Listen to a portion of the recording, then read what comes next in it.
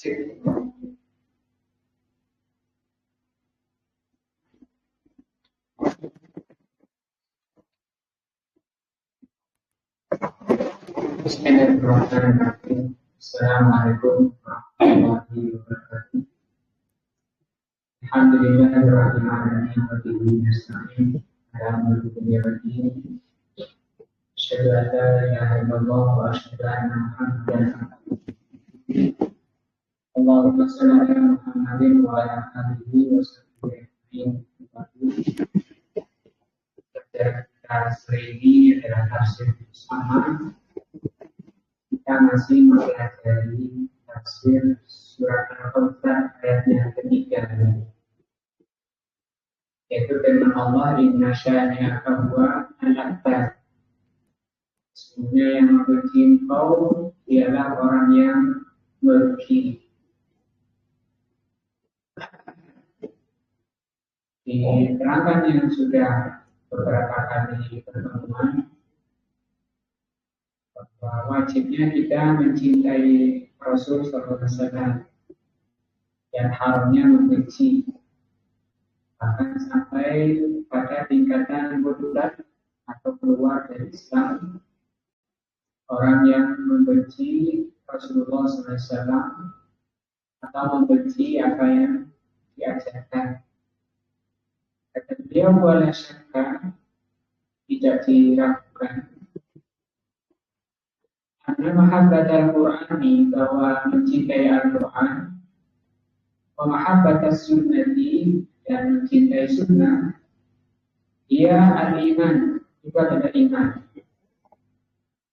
Semakin kita mencintai beliau, semakin tinggi imannya.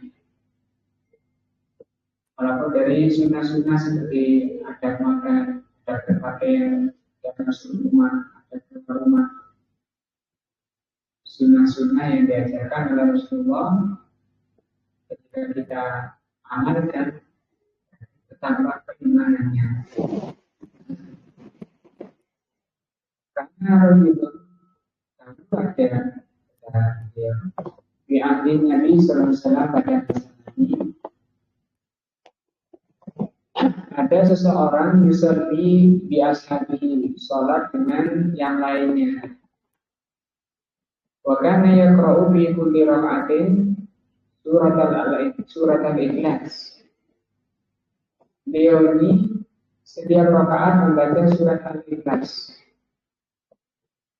Pada kalau dari Nabi SAW, maka diceritakan kepada Rasul SAW. Fasa'alahu an dzalika, maka Rasul tanya, apa yang mendorong ini, yang menyebabkan setiap rakaat baca Al-Ikhlas. Pokoknya maka orang tadi, sahabat tadi menjawab, anak ribuha, saya mencintainya. Kenapa mencintai surat Al-Ikhlas? Lianha sifatur rahman. Karena surat Al-Ikhlas itu isinya sifat Allah, sifat Ar-Rahman. Faqala lahu Nabi sallallahu alaihi wasallam, maka Nabi berkata, bersabda, inna hubbaka laha adkhalakal jannata. Sesungguhnya kecintaanmu pada surat Al-Ikhlas menyebabkan engkau masuk jannah. Kalau ini Rasul langsung bicara pada orangnya tadi, orang yang berimami, orang yang setiap sholat, setiap rakaat baca surat Al-Ikhlas.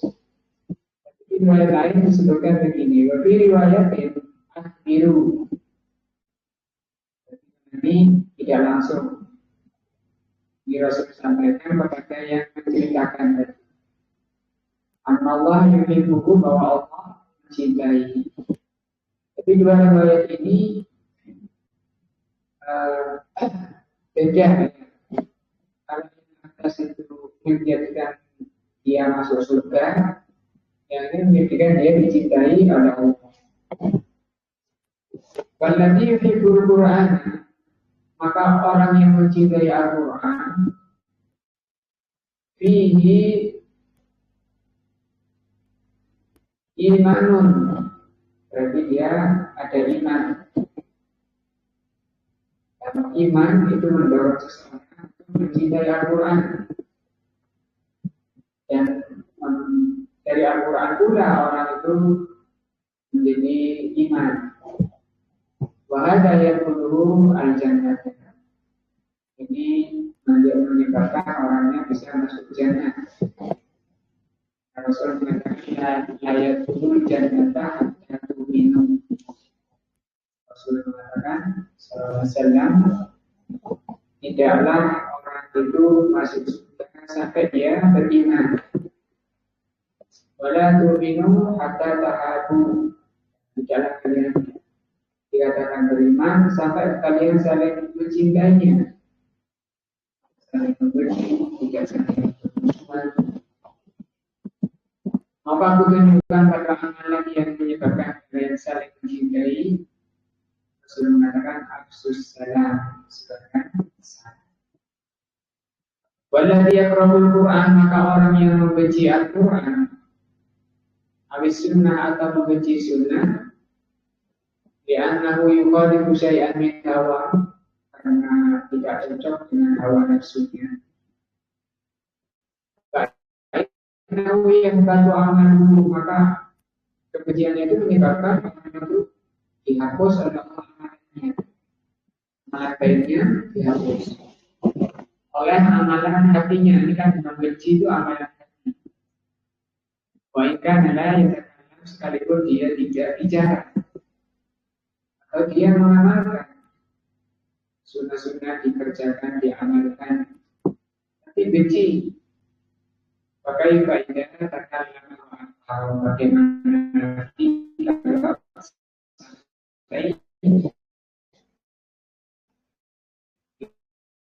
bicara dan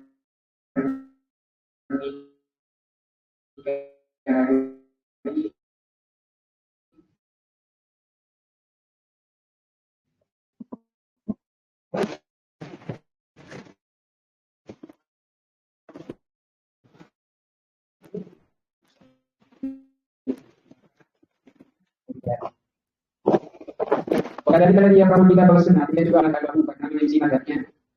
Saya ikut madhab Hambali, saya ikut madhab Syafi'i, saya Hanafi. Dia membenci dalil-dalil dari Al-Quran atau As-Sunnah, sedikit atau banyak. Allah katakan lanjut pada ini, atau karena ada sunnah dari sini pendapat tokohnya. Bahwa yang perlu dia membenci. Dia membenci antar pura lahu dalil. Dia membenci kalau engkau sebutkan dalil. Dikit-dikit dalil, dikit-dikit dalil. Biasanya itu yang kita dengar. Minat kita juga sunnah. Dia tidak suka mata wajahnya kurang, wajahnya masam. Ketika engkau sebutkan dalil padanya, dalil dari Alkitab dan Sunnah. Dia pernah membenci di anahu yukhalifu madhabahu, karena menyelisih pendapatnya, pikirannya sendiri.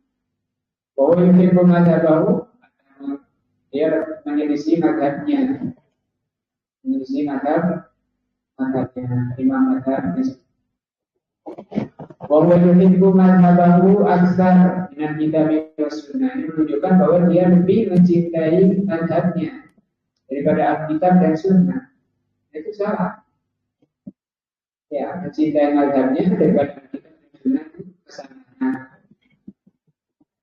Pada waktu fikir ini, kalau sampai terjadi di hatinya karahan atau kebencian, dimajaah di kitab dan Sunnah. Kalau sampai terjadi di hatinya kebencian dengan apa yang disebutkan di dalam Al-Quran dan Sunnah, maka dalilun ala adami imanihi. Maka ini dalil atas tidak adanya keimanannya. Iman harus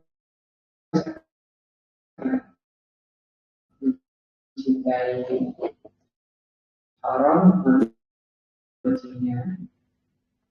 Wahada yang kata dulu, maka kebenciannya itu menyebabkan dia terus namanya. Ya, antara mukmin dengan seorang mukmin, sifat orang mukmin, la yuqaddamu ala kitabillahi wa sunnati rasulihi syai'an. Tidak mendahulukan, tidak mendahulukan dilakukan sunnahnya, sesuatu pun. Orang mukmin mesti ada sunnah yang harus didahulukan. Dan bagaimana yang sahabatnya tidak mendahulukan syahadatnya, Allah katakan atau matanya, Allah bu'an atau ikutannya, tokohnya, dan diqaddimu al-kitab wa sunnah. Orang mukmin mendahulukan al-kitab dan sunnah. Anak bumi saya terhadap segala sesuatu. Walau kesetuatan, sekalipun Al-Quran dan Sunnah itu menyelisih syahwatnya, menyelisih keinginannya, wahawamu menyelisih nafsunya, wamadhabamu menyelisih madhabnya, wamadhabu man yaqalliduhu menyelisih madhab yang diikuti, yang tidak teliti. Al-Muslim la ya'tidu bil Quran wa sunnah syai'an. Seorang Muslim tidak berani nyimpang dari Al-Quran dan Sunnah sedikit pun. Tidak boleh berbelok. Qala Imam Asy-Syafi'i rahimahullah, berkata Imam Asy-Syafi'i rahimahullah, ajma'al muslimuna, para ulama sepakat, kata beliau, anak-anak ulama istabar dalam sunnah Rasulullah, bahwa barang siapa yang jelas baginya sunnah Nabi dan sunnah Rasulullah, lam yakun lahu an yada'a bi qauli ahadin, maka tidak boleh bagi orang tersebut untuk meninggalkannya karena perkataan seseorang. Ini ijma salah ulama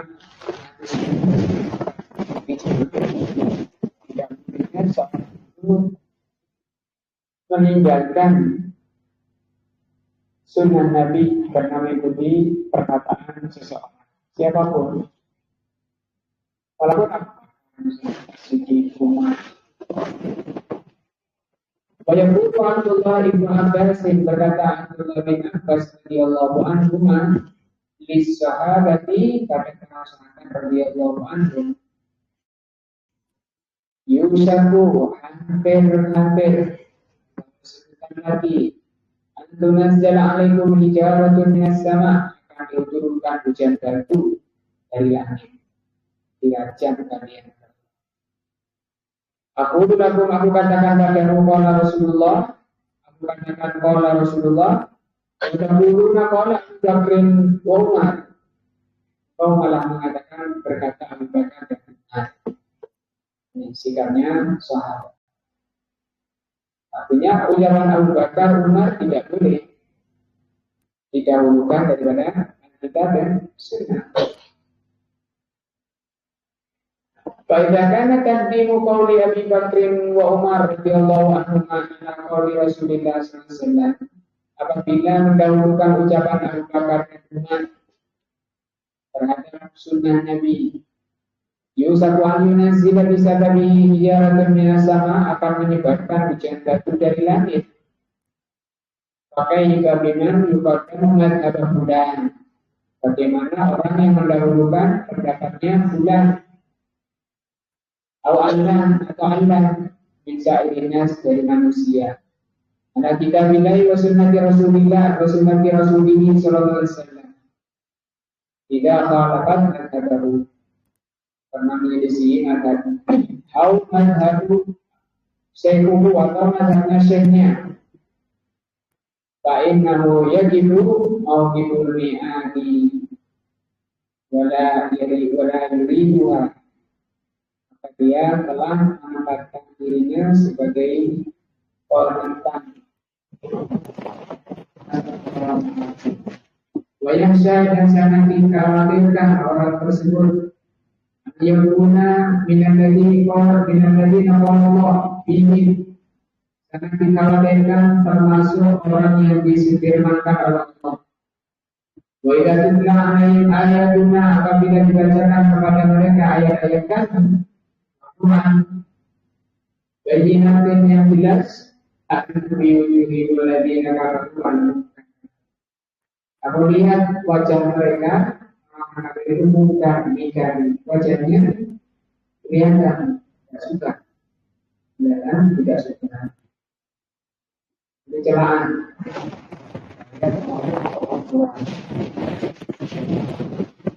Karena dia tidak suka dengan ayat yang dibacakan. Ya nahum yarbuduna ayatillah azza wa jalla, karena dia membenci ayat Allah. Kalau qadiru syadidun, maka badannya sangat.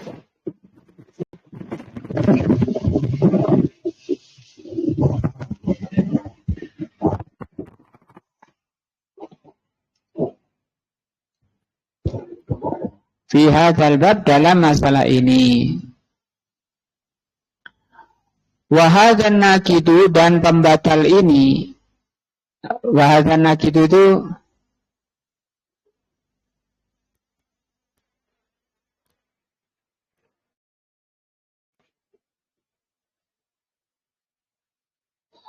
Wahadzan naqidu itu maksudnya membenci tadi. Membenci ayat atau hadis. Wahadzan naqidu khataruhu syadidun, bahayanya sangat. Wa huwa khafiyun, padahal itu sembunyi. Fid dhamairi, di dalam dada. Wan nufus, di dalam jiwa. Fa'alal muslim, maka yang wajib bagi setiap muslim an yatafaqqada nafsahu, untuk selalu mewaspadai jiwanya, mewaspadai, mengoreksi. Ma'aha dan nakidi, mewaspadai jiwanya dengan sifat membenci ini. Suruh pelihara jenggot, tidak suka. Suruh angkat kainnya dari mata kaki, tidak suka. Tidak suka itu kan artinya membenci. Li'alla yakuna fihi syai'un minhu, supaya tidak ada di jiwanya sedikit kebencian, karena itu bisa membatalkan Islamnya. Aw yabghudu syai'an mimma ja'a anir Rasul sallallahu alaihi wasallam, atau dibersihkan jiwanya dari membenci walaupun sedikit dari apa yang dibawa oleh Rasul.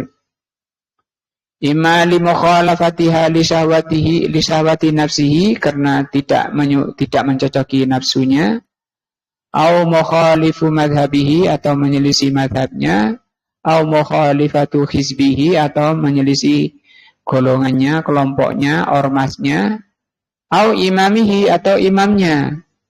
Fahadha ala khatarin azimin, maka ini di atas bahaya besar.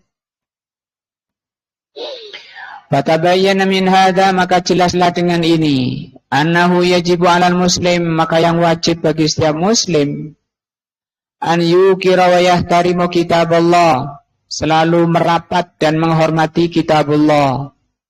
Senang kepada kitabullah, cinta kepada kitabullah, dibaca, dipelajari. Wa hadis Rasul sallallahu alaihi wasallam, dan mencintai sunnah Nabi, hadis-hadis Nabi. Nah, wa alla yuqaddimu alaihima syai'an, tidak mendahulukan, tidak lebih mengutamakan lainnya. Kenyataannya kalau setiap kita kalau buka HP itu, ya, mana lebih sering? Buka HP sama buka Al-Quran. Al-Quran sehari sekali belum, tak mesti ya. Hati-hati. Artinya di sini beliau mengajarkan orang itu akan sering membuka yang lebih dicintai. Ya. Akan selalu membuka yang lebih dicintai. Tidak apa-apa HP kalau memang isinya pelajaran, hadis, Quran, tafsir. Nah.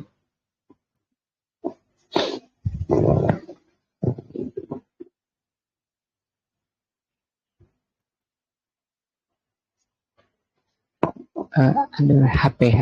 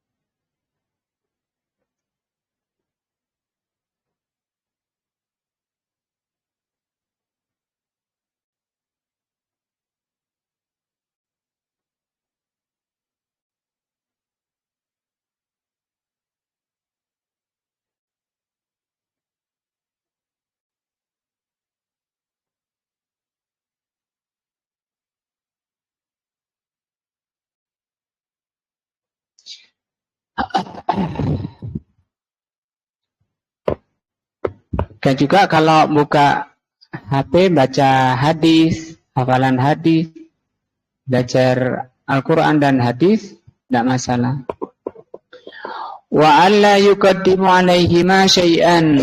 Kata beliau, jangan mendahulukan sesuatu di atas Al-Quran dan As-Sunnah. Minal ara' berupa pendapat-pendapat, wal madhahib, madhab-madhab, war raghabat. Raghabat artinya motivator. Was syahwat dan syahwat. Tapi kebanyakan orang ya mendahulukan ini ya syahwat. Ketika buka HP misalnya, yang dorong buka apa? Nah itu yang perlu dikoreksi sebelum buka. Perlu dikoreksi sebelum buka. Supaya tidak, karena ini syahwat ini masuk penyakit. Penyakit hati itu dua. Apa? Syahwat dan syubhat. Nah.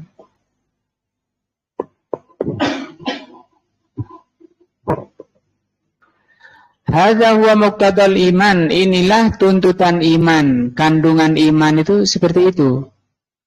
Mendahulukan Al-Quran dan Sunnah dari tadi ini. Pendapatnya, madhab-madhab, syahwat. Wa an yuhibba kitaballah wa sunnata Rasulillah sallallahu alaihi wasallam. Tuntutan iman, kandungan iman itu, orang itu mencintai kitabullah dan sunnah Nabi. Kalau orang apa tanda iman ya, sebagai tanda iman dia cinta kepada Al-Quran dan As-Sunnah. Bukan hanya dibeli, dilap, dirawat, tidak dibaca. Dibaca, rutin baca.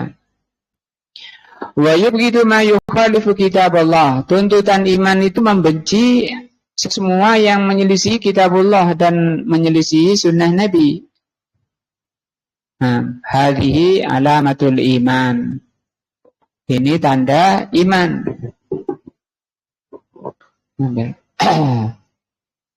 Wal ittiba wal iktida. Tanda ittiba dan tanda iktida. Ittiba itu mengikuti, iktida itu meneladani.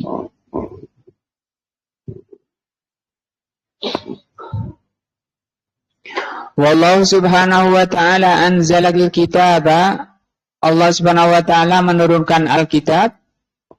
Wa anzala sunnah dan menurunkan as-sunnah. Wa amarana bittiba'il kitabi was sunnah, dan Allah memerintahkan pada kita untuk mengikuti Alkitab dan mengikuti as-sunnah.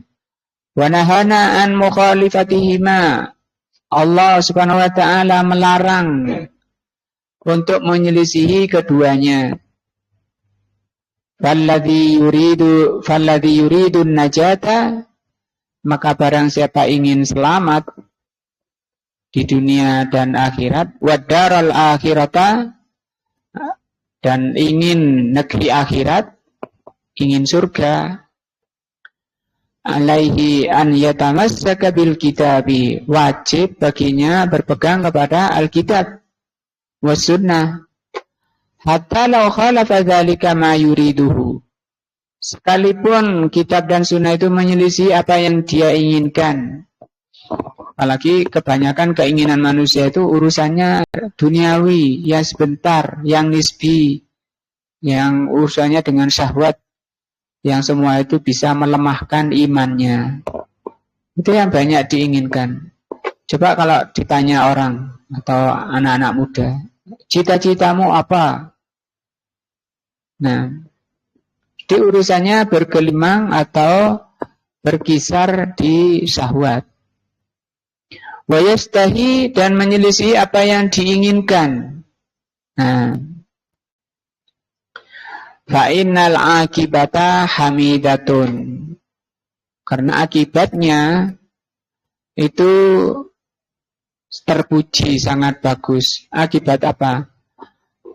Berpegang kepada Alkitab dan Sunnah. Wallahu jalla wa ala hakimun, Allah jalla wa ala itu maha bijaksana. Alimun, maha mengetahui. Yahramu alaika hadha syai', Allah haramkan menyelisih Alkitab dan Sunnah. Wa in kunta tamilu, walaupun kamu suka pada yang kamu sukai, wa targhabu fi, kamu senang dengan apa yang kamu inginkan, walakinnallaha a'lamu bil ma'al, tapi sesungguhnya Allah maha tahu akhirnya. Wal awaqibu, wal awaqibi, dan Allah maha tahu akibat. Artinya belum tentu yang kita sukai itu akibatnya baik, dan belum tentu yang kita benci akibatnya baik. Qala Allah Ta'ala kutiba alaikumul qitalu wa huwa kurhul lakum, telah diwajibkan pada kalian perang, dan perang itu kalian benci. Wa asa an takrahu syai'an wa huwa khairul lakum, ada kalanya kalian membenci sesuatu padahal itu kebaikan bagimu. Wa asa an tuhibbu syai'an wa huwa syarrul lakum, dan ada kalanya kalian mencintai sesuatu padahal itu jelek bagimu. Sampai kata Al-Imam Ibnu Katsir rahimahullah, ayat ini menerangkan bahwa kebanyakan manusia, juga dikatakan oleh Al-Imam Ibnu Qayyim, kebanyakan manusia itu mencintai sesuatu yang membahayakan pada dirinya, dan kebanyakan manusia membenci sesuatu yang dibutuhkan oleh dirinya, yang membawa kebaikan pada dirinya, malah dibenci. Yakrahunal qital, manusia membenci perang, lima fihi minal masyaqqah, karena berat, wal jarah, terjadi luka-luka, wal qatl, terjadi pembunuhan, wal khatar, dan bahaya. Tapi ini karahatun nafsiyatun, ini namanya dibenci oleh nafsu. Ya, yang membenci siapa? Nafsu, yang membenci perang. La karahata diniyatan, bukan dibenci oleh agama. Malah diperintahkan kutiba, artinya diwajibkan. Walaupun tidak disukai oleh nafsu. Li'anna nufusa, karena namanya nafsu, takrahul jarah wal qatl. Nafsu itu tidak menyukai luka dan pembunuhan. Nah, fal muslimu ya'lamu, maka seorang muslim harus tahu annama hakamallahu bihi, bahwa apa yang diputuskan oleh Allah, au hakama bihi ar-rasulu, atau yang diputuskan oleh ar-rasul sallallahu alaihi wasallam, bahwa fa innahu huwa al-khairu. Maka apa yang diputuskan oleh Allah dan Rasulnya, maka itu kebaikan. Disukai ataupun tidak, ya. Kebaikan di mana? Ajilan au ajilan. Kebaikan di dunia ini maupun di akhiratnya. Jadi Al-Quran, As-Sunnah, itu isi bimbingan supaya manusia berada dalam kebaikan, baik di dunia maupun di akhiratnya. Walau kana yadharu lahu, walaupun sekilas bagi orang tadi, anna fihi masyaqqah, bahwa keputusan Allah dan Rasulnya itu berat, au mukhalifatul lihawa, atau lihawa nafsihi, atau keputusan Allah dan Rasulnya itu menyelisih hawa nafsunya. Dan banyak memang ajaran Allah itu kebanyakannya, keputusan Allah dan Rasulnya itu kebanyakannya tidak disukai oleh nafsu. Salat malam misalnya, ya. Mana-enaknya tidur kan, suruh bangun. Ya dalam hidup saja kita suruh baca Al-Quran, berat. Suruh taklim, angel. Nah, fa'innahu ya'taqidu. Nah, karena orang muslim itu meyakini annal khaira fiha, bahwa kebaikan itu fima qalallahu wa rasuluhu.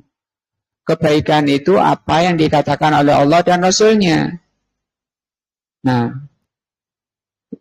maka yang harus dilunakkan itu adalah nafsunya, hatinya.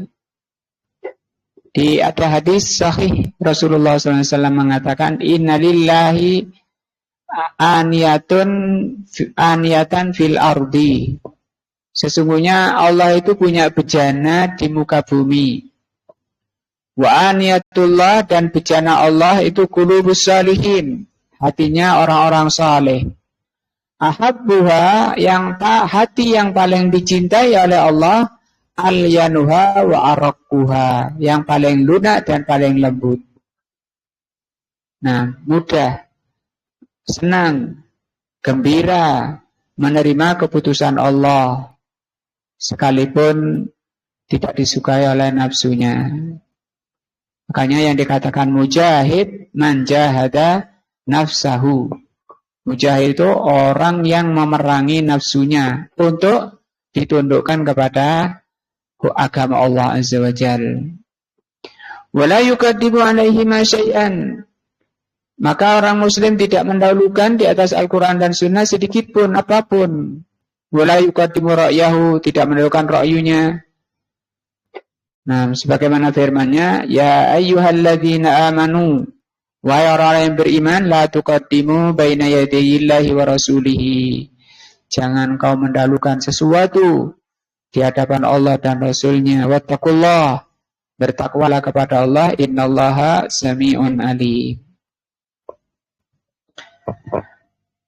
Nah, wa Umar radhiyallahu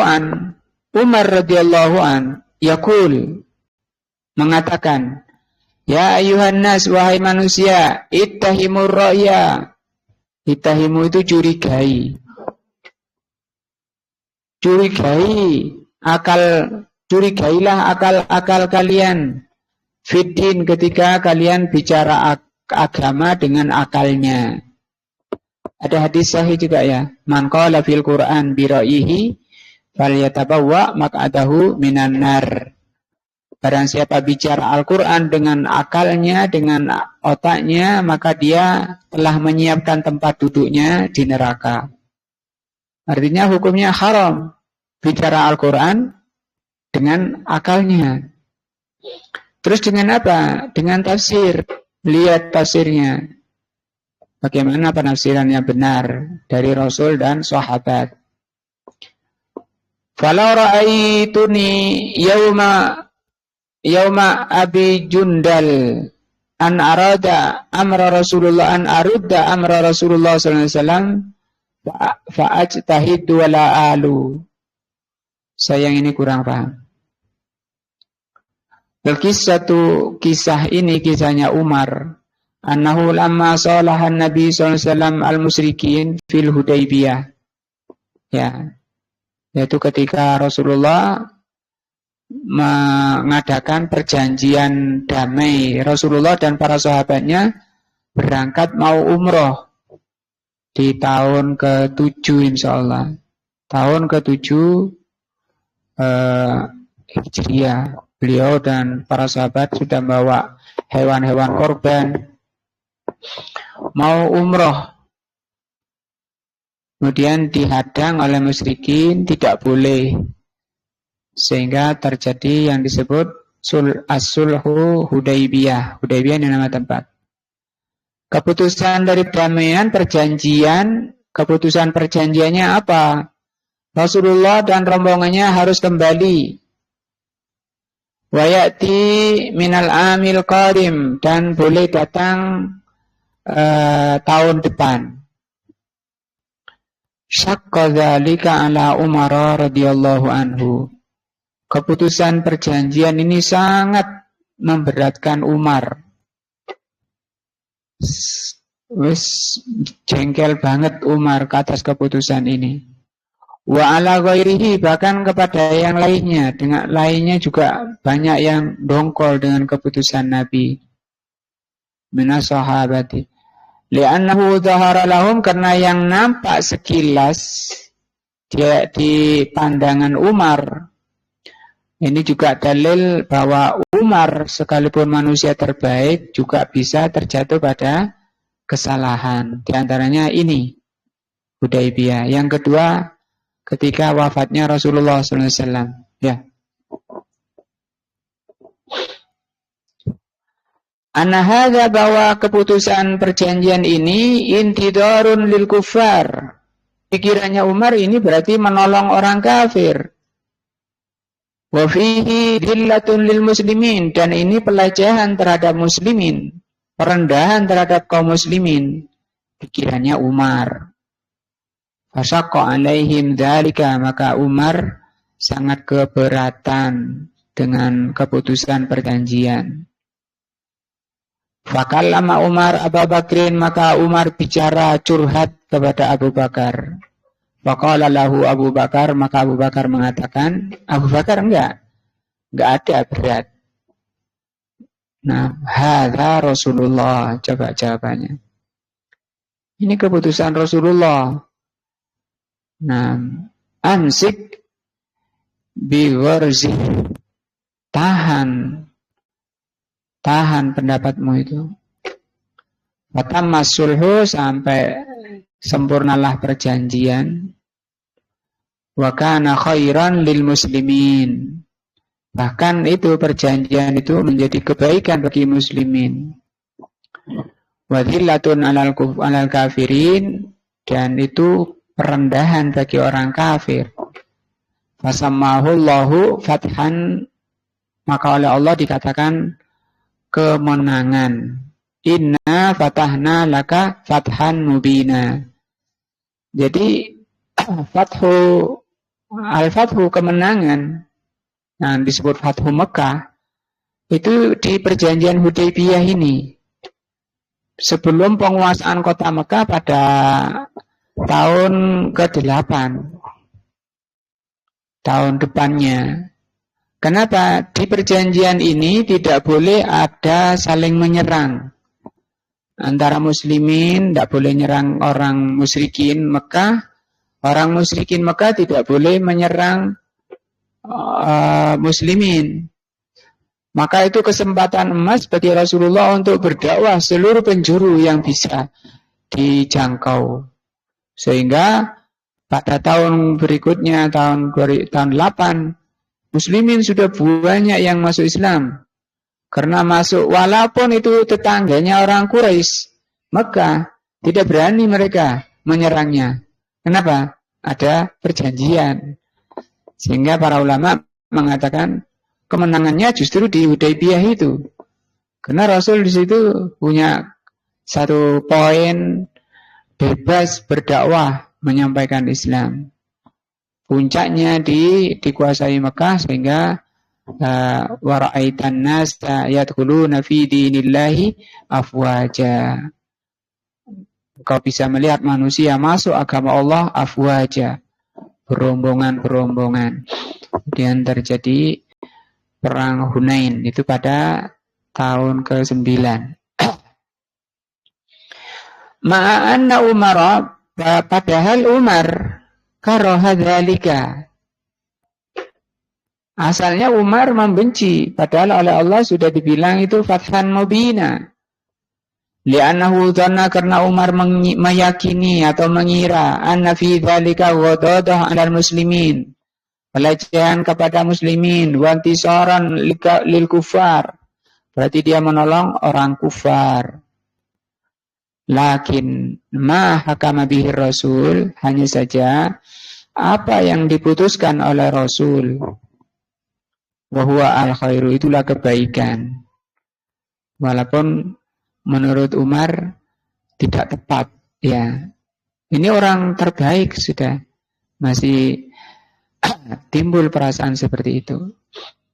Nah, li'anna Rasul sallallahu alaihi wasallam, makanya Umar sendiri taubat dari pendapatnya tadi ya, dari kesalahannya. Gimana? Dia tadi ngomong curigailah akal-akal kalian.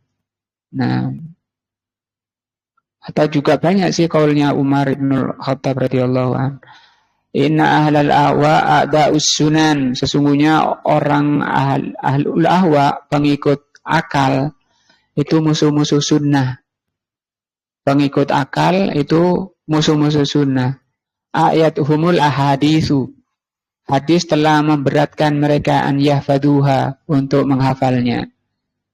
Faqalu birra'yi, sehingga dia bicara dengan akalnya.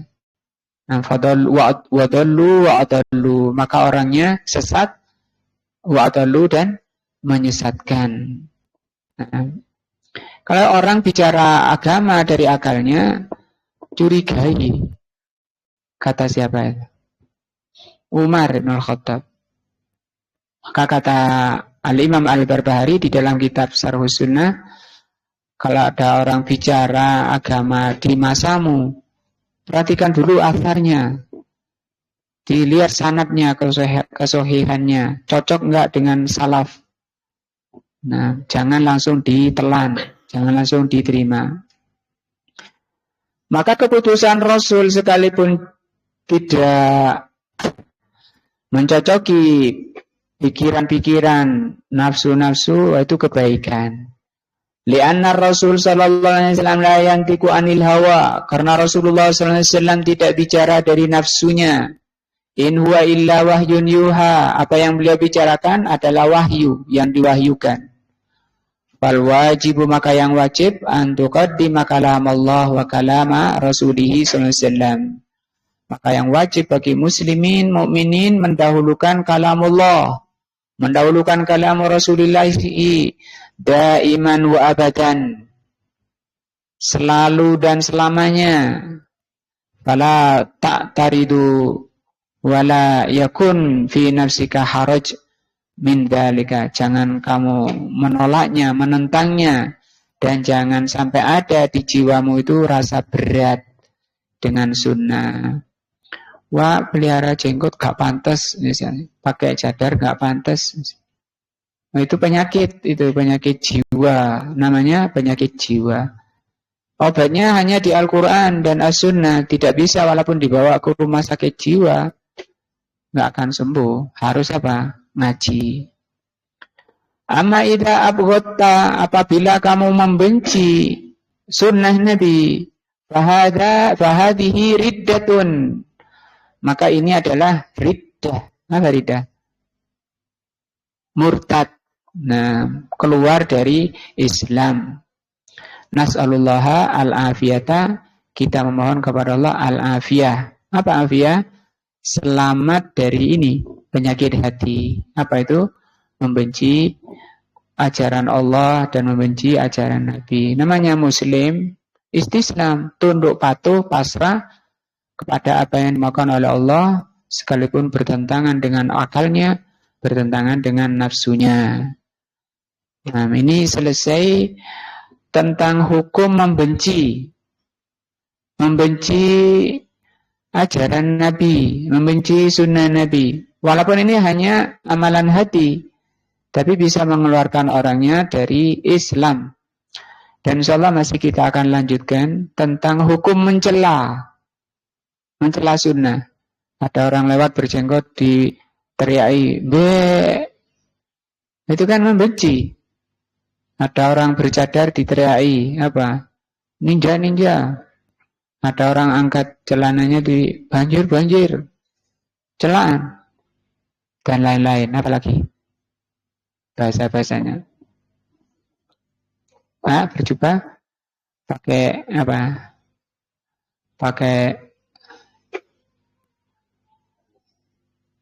gamis dibilang apa? Dibilang pakaian perempuan itu apa? Pakaian daster, lanang kok dasteran. Nah, itu ya. Nah, banyak lagi. Nanti kita bahas bagaimana itu hukum selanjutnya. Masih di tafsir surat Al-Kautsar ayat ketiga. Dan ini menambah kuatnya iman kita untuk tetap berpegang pada Al-Quran dan Sunnah, menguatkan ketakwaan kita, menghapus dosa-dosa kita. Wallahu a'lam bishawab. Subhanakallahumma bihamdika asyhadu an la ilaha illa anta astaghfiruka wa atubu ilaika. Assalamualaikum warahmatullahi wabarakatuh.